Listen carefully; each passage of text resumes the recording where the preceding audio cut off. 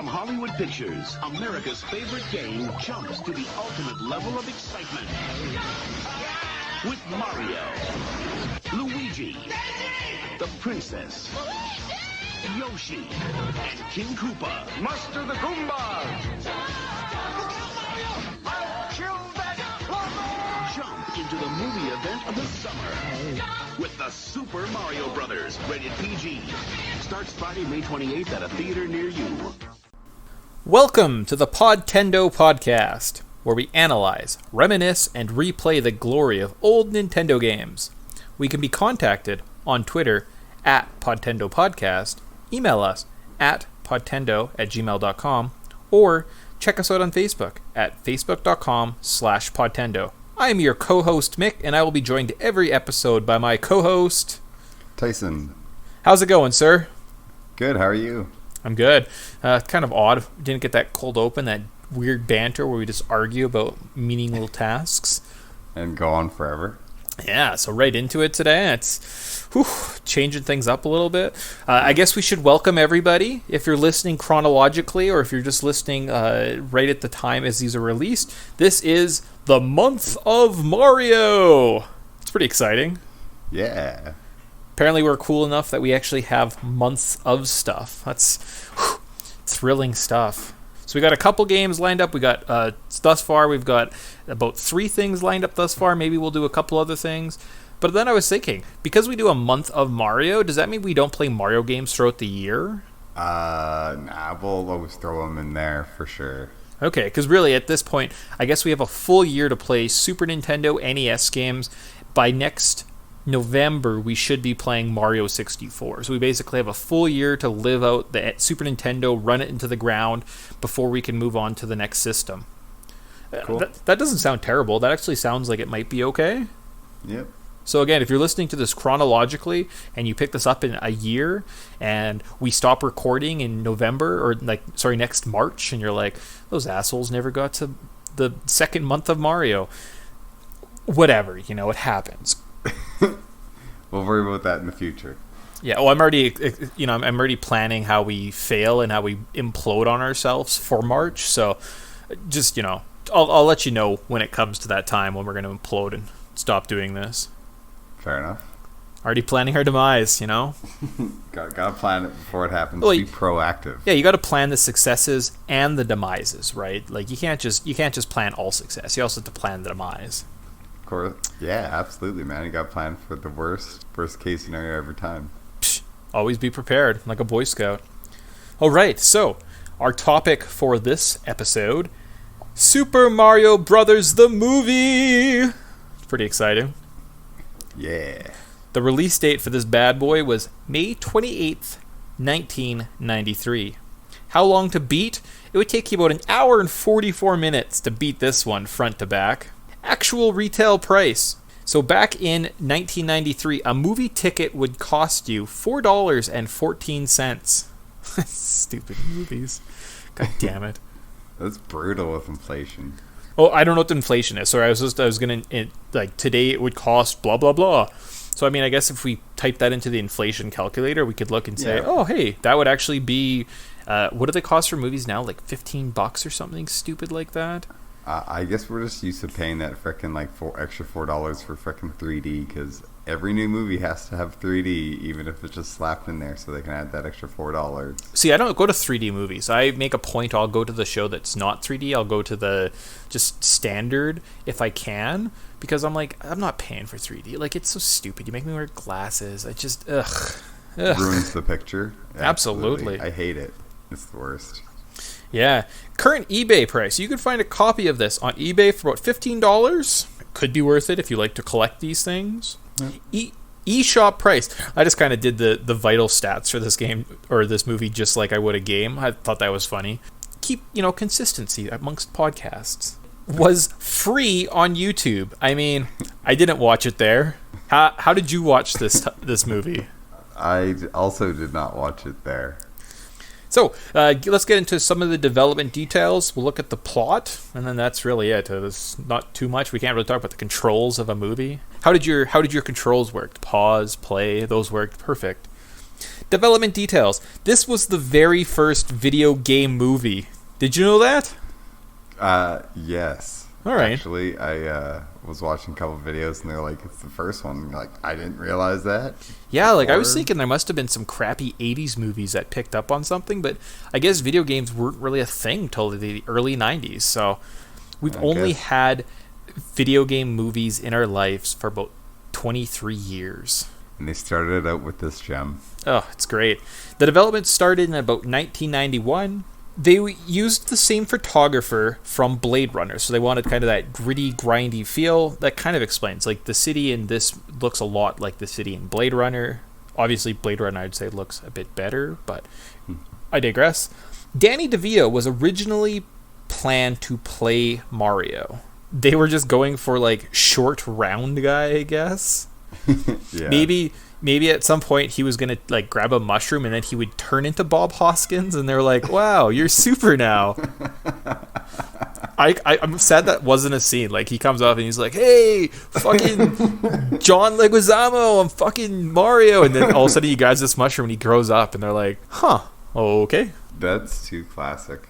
So the real cast, we can just go over that quickly. Bob Hoskins played Mario. John Leguizamo played Luigi, and Dennis Hopper played King Koopa. The other people, you don't care. Like, you don't know who those people are. Like, that's... I'm just going to read off those people and leave it as such.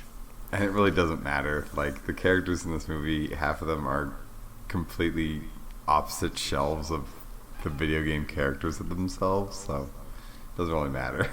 Absolutely. Just more for the fun factor. Yep. The directors originally wanted to make this... I said adult movie. Like, adult movie means like pornography. They wanted to make it a movie for adults, so a bit more of a mature content, rather than a kids movie, which is why it was kind of more of like a gritty and grindy and gross kind of look to the world. It was a really lived-in world rather than bright and colorful. The original directors, apparently Bob Hoskin referred to them as the cunt and the asshole or something like that. I just used married couple directors. Yes, they were married. They were like some German team or something like that. Apparently, they were all fucking pain in the ass. So yeah, and I guess that they would be like I forget who said it, but somebody said something along the lines like they had more arrogance than anything else. Yeah, more arrogance than talent. Yeah, so halfway through the filming, they actually were fired. The second unit director finished it. He was a bit better of a director and a little bit easier to work for. He might have just won an Oscar for Dances with Wolves, so I mean, he probably had some form of credentials. But apparently, since then, or after that point, the filming went on kind of without a hitch. And that's all I got for development details. On to the plot. Do you want to just take turns kind of working our way through this and just talking about the ridiculousness of these scenes? Sure. Okay. First off, we're going to start with some great animated scenes of talking dinosaurs that are from Brooklyn? Yeah. They have some sort of accent. But it's not like an accent like they're foreign. They're literally talking like, hey, yo, man, I got some grub over here. Hey, it's great. Why don't you get on my face? And I'm like, Brooklyn? I was like, huh. Apparently the voices were by Dan Castellaneta, so Homer from The Simpsons provided those voices. And then what happens to the lovely dinosaurs? Well, obviously, like, a rock comes and smashes into Brooklyn. Has to be Brooklyn. Yeah, yeah. And then basically splits open two parallel universes. My favorite part about this scene is the narrator's kind of like, what if this happened? What if? What? I don't know. What if? It's like he's literally just asking the question. He's like the unreliable narrator, and it's just so funny. Wait, I have a question. So, if Brooklyn had dinosaurs in it and people were walking around, wasn't Brooklyn underwater? Because in my understanding, the oceans were a lot higher. Brooklyn is already at like sea level. Yeah. So, wouldn't the oceans be above this area? Yeah,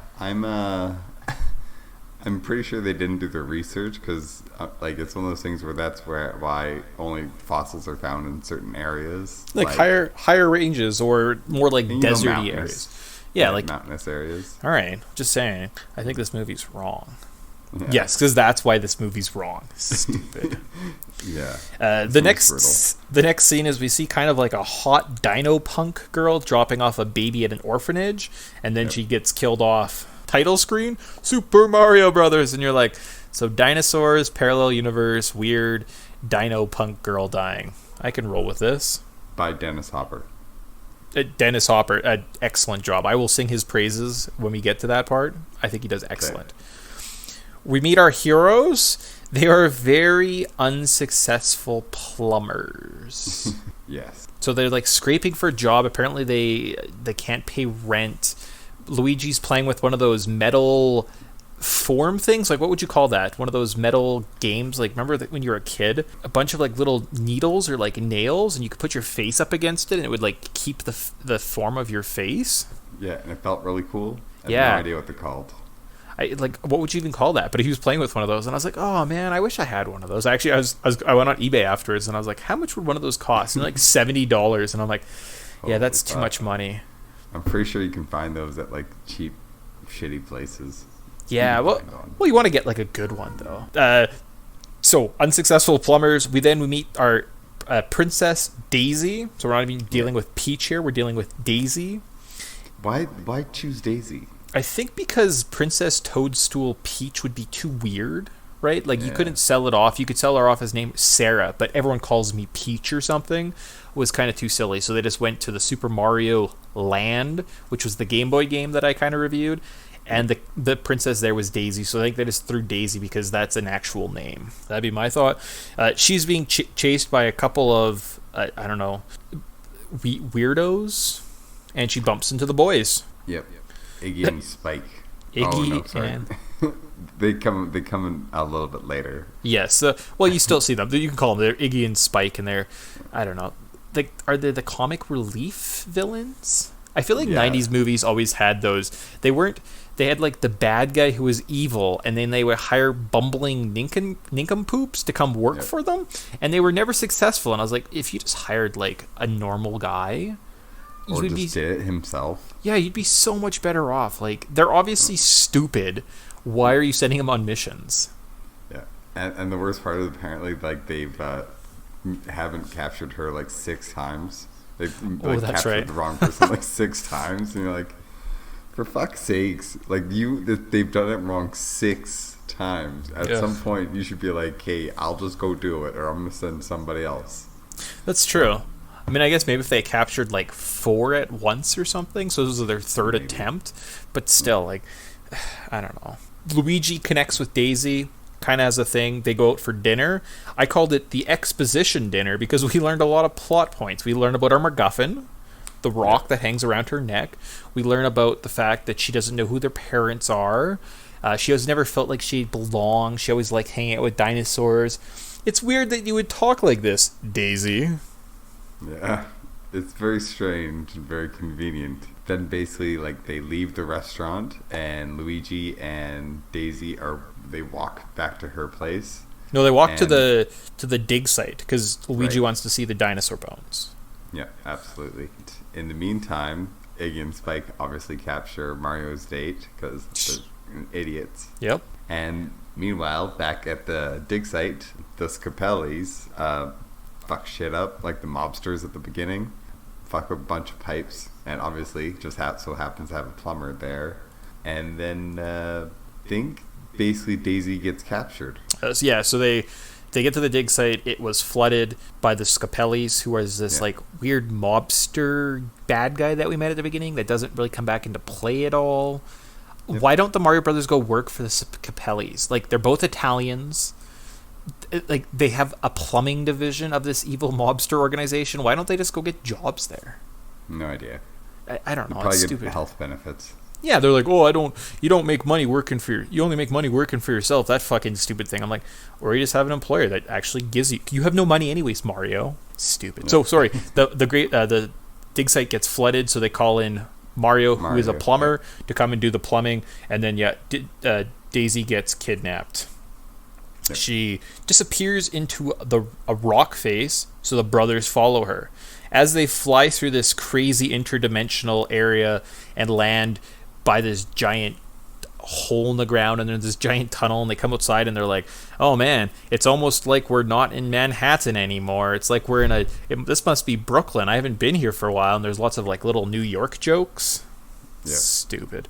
I couldn't remember the name of it, and I was like, Dinotropolis or something? But it's Dino Hatton. Terrible. Dino Hatton. Because we have a Manhattan, right? Because we're men, Manhattan, and there's a Dino Hatton. Terrible. Like, someone probably did that, and they were like, I really earned my paycheck today. I did a good job. Nailed it. There was a bunch of, like I said, New York jokes made. So they're, oh, this is Brooklyn, and I told you, Luigi, not to go to Queens. Yeah. But they see that Iggy and Spike have taken Daisy, and the MacGuffin is stolen by Boom Boom. Is that her name? The big red lady? Bertha. Bertha. Yeah. Who works at the fish, Boom Boom Club. Yeah, the fish from the video games, Bertha. That's this lady. Oh, okay. All right. Big bouncer lady. And Boom Boom is the mini boss from Mario 3. And she works at the Boom Boom Club. This movie. This is... They went for references not being at all related. Yeah. They find out that the plumbers might have the rock or something, I think is what... So they start looking for plumbers. Naturally, the boys are like, oh, we're plumbers. Hey, we're plumbers. Blah, blah. And I'm like, you guys, like, if you're in a strange city, don't tell people what you do. Just keep your mouth shut, you know? No shit. And it's like, oh, well, fuck, you guys are idiots and you're plumbers. Well, let's arrest you because it's illegal to be a plumber. It's like, how can it be illegal to be a plumber? What kind of place is this? And you're like, we're in for one of these kind of trips. They go to the police station. What is the infamous information we are given in this police station? Mario's last name. Oh, shit. We finally learned it. What is it? Mario. No. His last name. Mario. Okay, well, what's Luigi's last name? Mario. No, it should be Luigi. Oh, come on. Oh, man. It's terrible. In vaudeville, that act would have just killed. Yeah, so we learn the horrifying truth. Mario, and Luigi Mario. Did you watch a Good Bad Flicks review of this movie? No, I didn't. Oh my god. Okay, so you didn't see this part. The cop that is asking them their names, what is happening to him during this scene? The lady with the leg. So this cop is sitting there, and people for years and years have watched this movie and been like, man, I can't believe they gave Mario the last name Mario. How stupid is that? There's a lady who's digging a high heel into his shoulder. Why did no one ever see this before or talk about this? It's like the most fucked up thing. Yeah, it's very strange. It seems like that adult movie I was talking about earlier, they were filming that, I think. It was like Cop in High Heels or something like that. I don't know. It's strange. Sorry if I didn't do that justice. But this man is sitting at this desk. There's a woman sitting beside him, rubbing her heel of her shoe on his shoulder. Yeah. I don't get it. It's so weird. Not entirely sure. It probably has to do with something to do with dinosaurs. Clearly has to do with dinosaurs. That was the only information we've been given so far. Oh, they're in Dino Hatton. They're not in Manhattan, naturally. So silly. They also know about monkeys. At one point, they're like, what kind of creatures did humans evolve from again? Apes, sir. Monkeys. And they're like, oh, apes, monkeys. Monkeys. And I'm like, so they have monkeys in this world? Yeah, because when he's ordering his pizza, he says, hold the mammal. Oh, okay. So they're just unevolved versions in this world. Yes. So the two universes that were split, dinosaurs and some mammals went to one universe, and all the rest of us stayed in this world with the dinosaur bones? Yeah, because I have no idea. I'll be honest with you. I think we just broke this movie. I think that point just broke this movie. So this movie was pretty broken a long time ago, man. Oh, shoot. Well, we tried. We tried our darndest. With this, they escape from the police station. They end up trying to, like, the GPS or whatever kind of navigates them outside of the city. as they go flying out of this hole, there's like all this fungus everywhere. It kind of catches them and stops them from crashing into the desert. Yep. And as a kid, I always loved these scenes because I always thought it was like super cool that I've never seen any sort of like concepts like that before. So absolutely, that was stuck out to me. But like nowadays, obviously, it looks like kind of a little dated and a little bit terrible. But I enjoyed it. Oh yeah, sorry. I guess we should say that they did meet King Koopa at the police station and learned about the de-evolution chair. And saw the Goombas. Yeah, so the Goombas are these giant green monster people, and that are kind of his bow. So they can kind of de-evolve the humanoids that are walking around into these big reptile creatures, and I guess that's kind of how they evolved. So at one point there was a bunch. Evolution said, you know what are the best traits of the dinosaurs?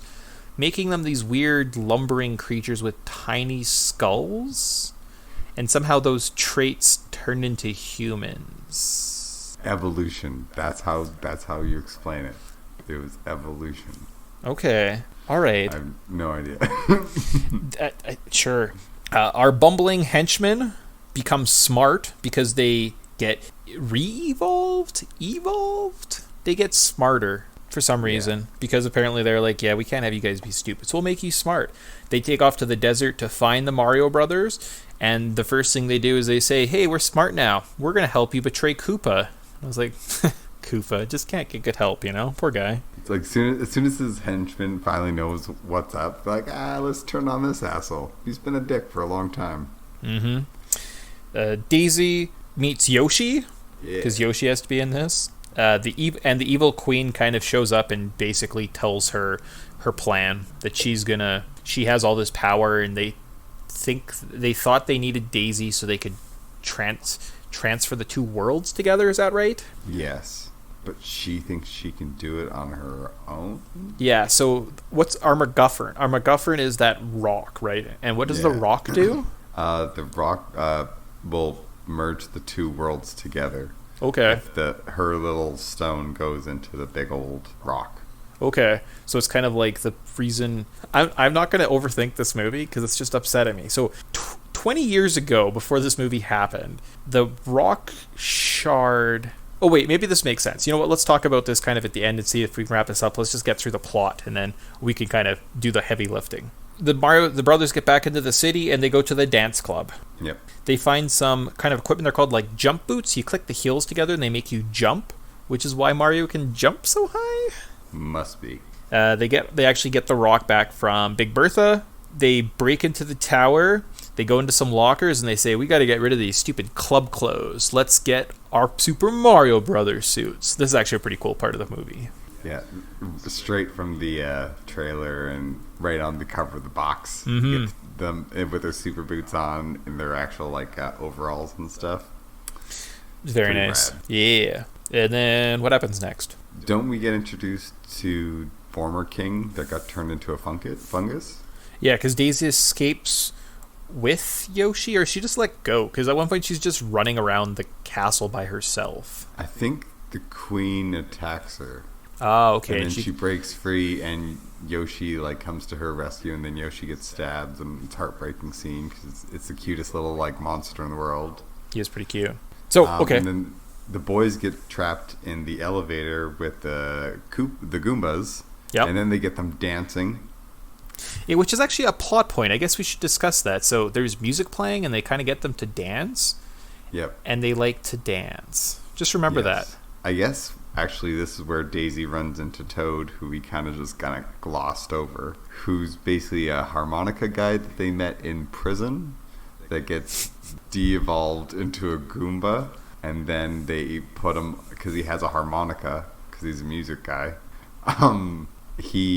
they put him on like a little harmonica with a little like thing that goes around his neck, and then that's how you always know it's Toad. And then he gets lit on fire for some reason. I want to say the queen. Does he get lit on fire? I think that's at the end of the movie, because he gives the boys... Does he get lit on fire and dies? Yeah. Huh. Yeah, he does. Well, I think they put him out, but he definitely gets lit on fire. Okay. Yeah, there's a reason I didn't bring up Toad. I was like, I don't think he's just that's like a very superfluous thing. Character. They were like, hey, remember Toad from the game? He's a man and he sings. And I'm like, yeah, he's really annoying. I fucking hate Toad. Yeah, it's the worst. I don't like Toad. Like Toad in Mario Party, Toad in Mario Kart, cool. But Toad in this movie, fuck you, Toad. Kind of the worst. Way the worst. The boys meet up with Daisy and they say, hey, we should go save the rest of the girls and stop Bowser's plan. So Daisy and Luigi literally run into Bowser with a bunch of troops. And I'm like, why wouldn't you have looked before you ran through that door into this big army waiting for you? It's so stupid. Mario, however, gets to the girls. They break out of the cell through this big heating duct. They ride this mattress down, which kind of crashes them outside, which, go figure, is right where Bowser and Luigi and Daisy are. Huh, go figure. Shocker. It's funny when two different paths meet up at the same place, you know? It's very convenient. Oh, so convenient. The MacGuffin is used by the evil queen to fuse the two worlds. We see super scopes. They skip ahead a lot of things. Really? What am I skipping ahead of? Well, don't they have the whole showdown with Koopa? I guess. So I think that after. I think as soon as they come out of the pipe, they start having kind of the battle between Mario and Koopa, and Daisy and the girls and Luigi kind of go to escape the world. As they're escaping down the tunnel, the evil queen uses the MacGuffin. So sorry, I guess I kind of didn't set up that there was like a battle going on. That's fair. Yeah, so sorry. Mario and Bowser are now fighting, and Luigi's kind of helping the girls escape. Yeah. While the world is merging. Yeah, so the queen puts the thing, the two worlds start to fuse, and back into the dig site, the Scapellis are sitting there, and all of a sudden Bowser and Mario randomly kind of materialize into this world. Yep. Scapelli, now what does he say to Bowser to get de-evolved? Does he say anything, or are they just like, hey, what are you guys doing here? And he just gets shot. I don't really remember. Okay. I just remember I honestly, he shows up and starts lifting people off. Okay, he's like, what are you guys doing here? And Bowser's like, fuck you, and shoots him with his de-evolution gun, which turns him from a man into a little chimp guy. Yeah. And you're like, oh no. And his de-evolution gun are the super scopes. Yeah. So sorry. The henchman says, boss, oh no, and picks up his boss, and everyone sits there and laughs. Just saying, just throwing this out there. Any rally in the world where there's press watching it, all of a sudden two men magically appear with a bunch of reptile men. One of the guys shoots someone we know. He turns into a monkey. You know what people don't do? We don't sit there and laugh. Like, CNN is not showing this, being like, funny thing happened today in Brooklyn. Stupid. Oh, movie. You're so funny. Yeah, it's pretty terrible.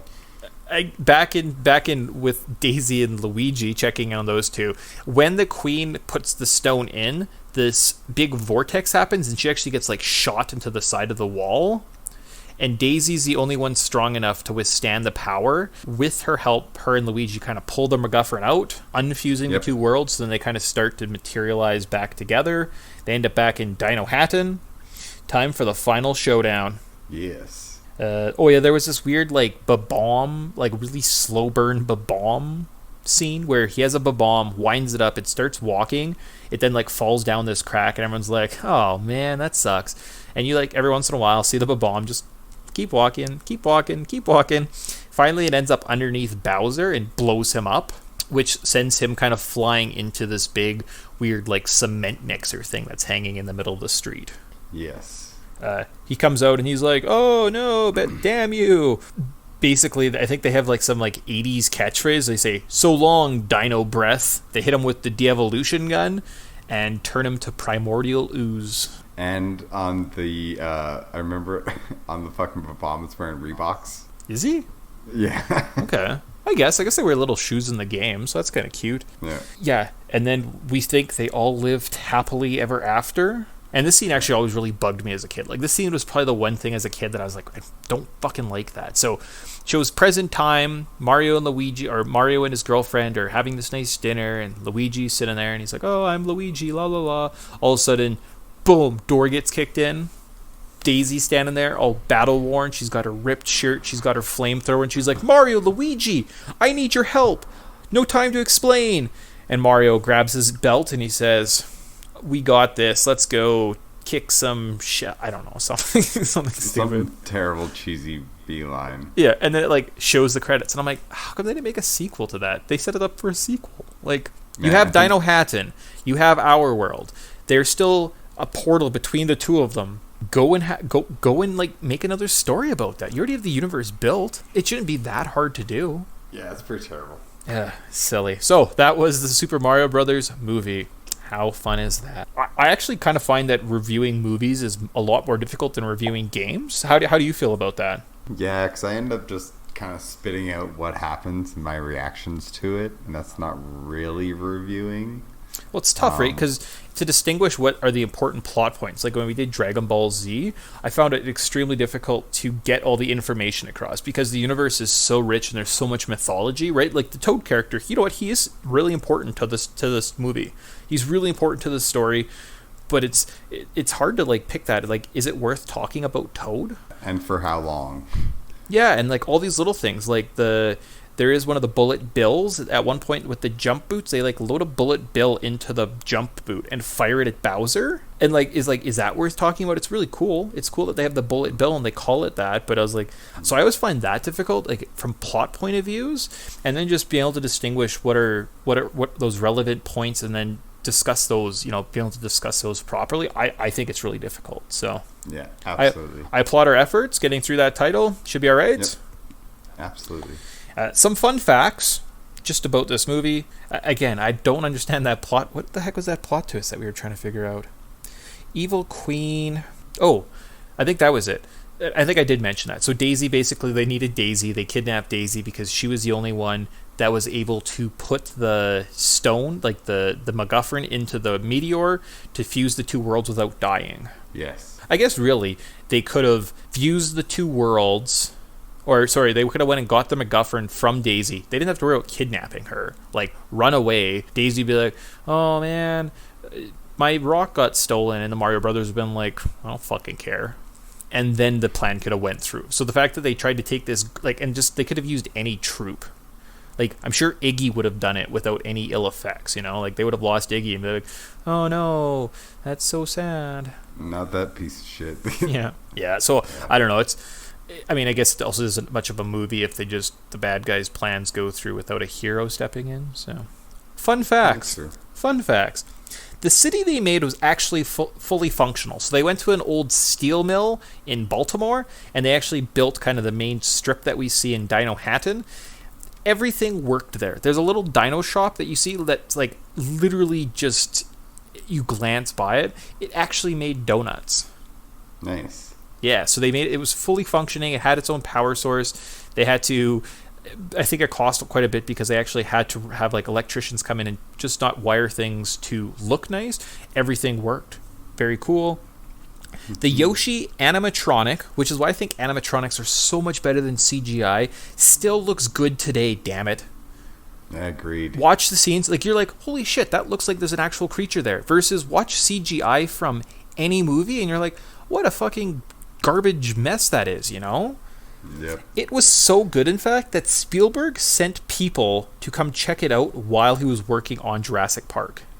That's pretty awesome. Jurassic Park is like one of the, like, all those scenes, because they use animatronics, they use the puppetry, they use miniatures, they use CGI so fluidly. They did such a good job. That movie looks amazing. They look like dinosaurs.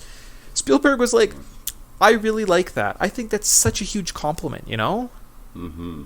Especially when you look at someone like Jaws. Like, they spent so much time on the Jaws, making Jaws look real in that movie. It's such a compliment. So I was blown away when I heard that. I was like, that's great.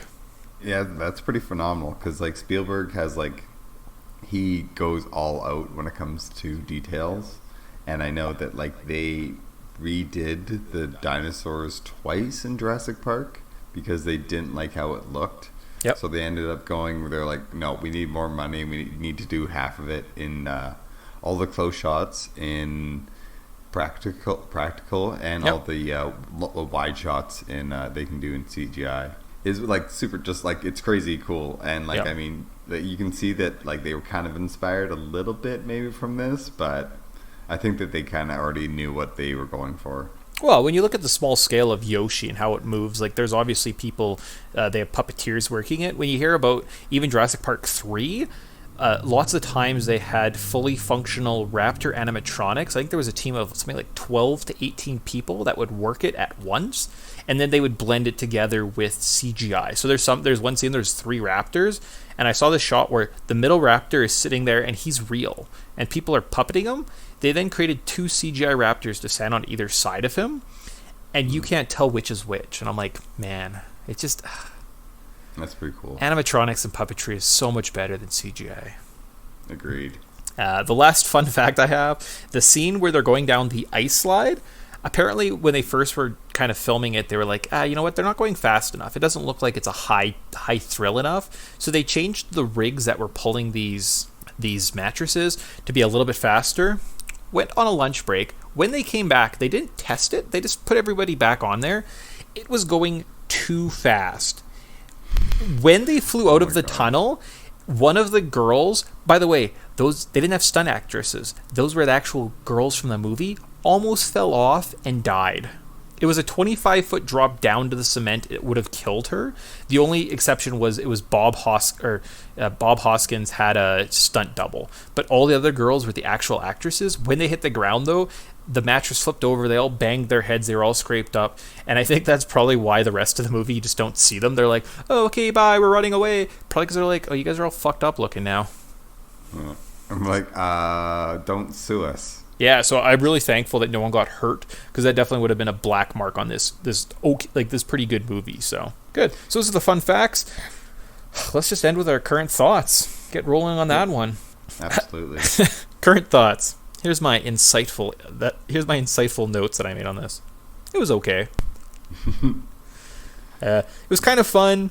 The final 2 stages were really neat. 2 stages of the final fight were really neat because they were Mario 1. Mario and Bowser on either end of a catwalk.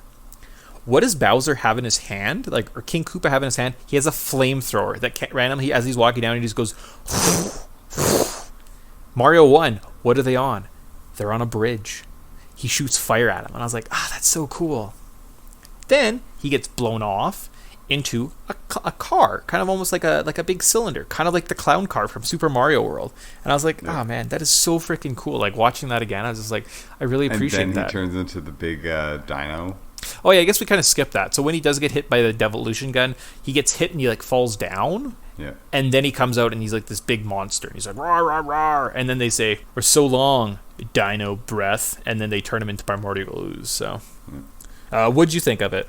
It was good. I mean, I always have a soft spot for a little bit things that tug on my nostalgia heart. But it's shitty. It's a bad movie for sure. But I think if you like Mario and you kind of can appreciate a bad movie, it's worth watching. It's entertaining for sure.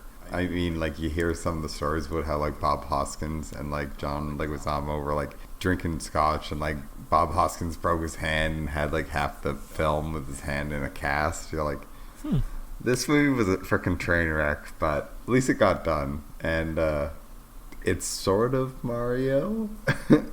I just think it's an entertaining kind of, just a good time if you don't or want to turn your brain off and just watch something for purely entertaining value. Don't think about it. I agree. Agree wholeheartedly. Awesome. Cool. Well, I don't think we missed anything. I don't know. Did we miss anything? No, we're good. Yeah, I agree 100%. And I guess we'll just do our ending and then we're out of here. Thank you for listening.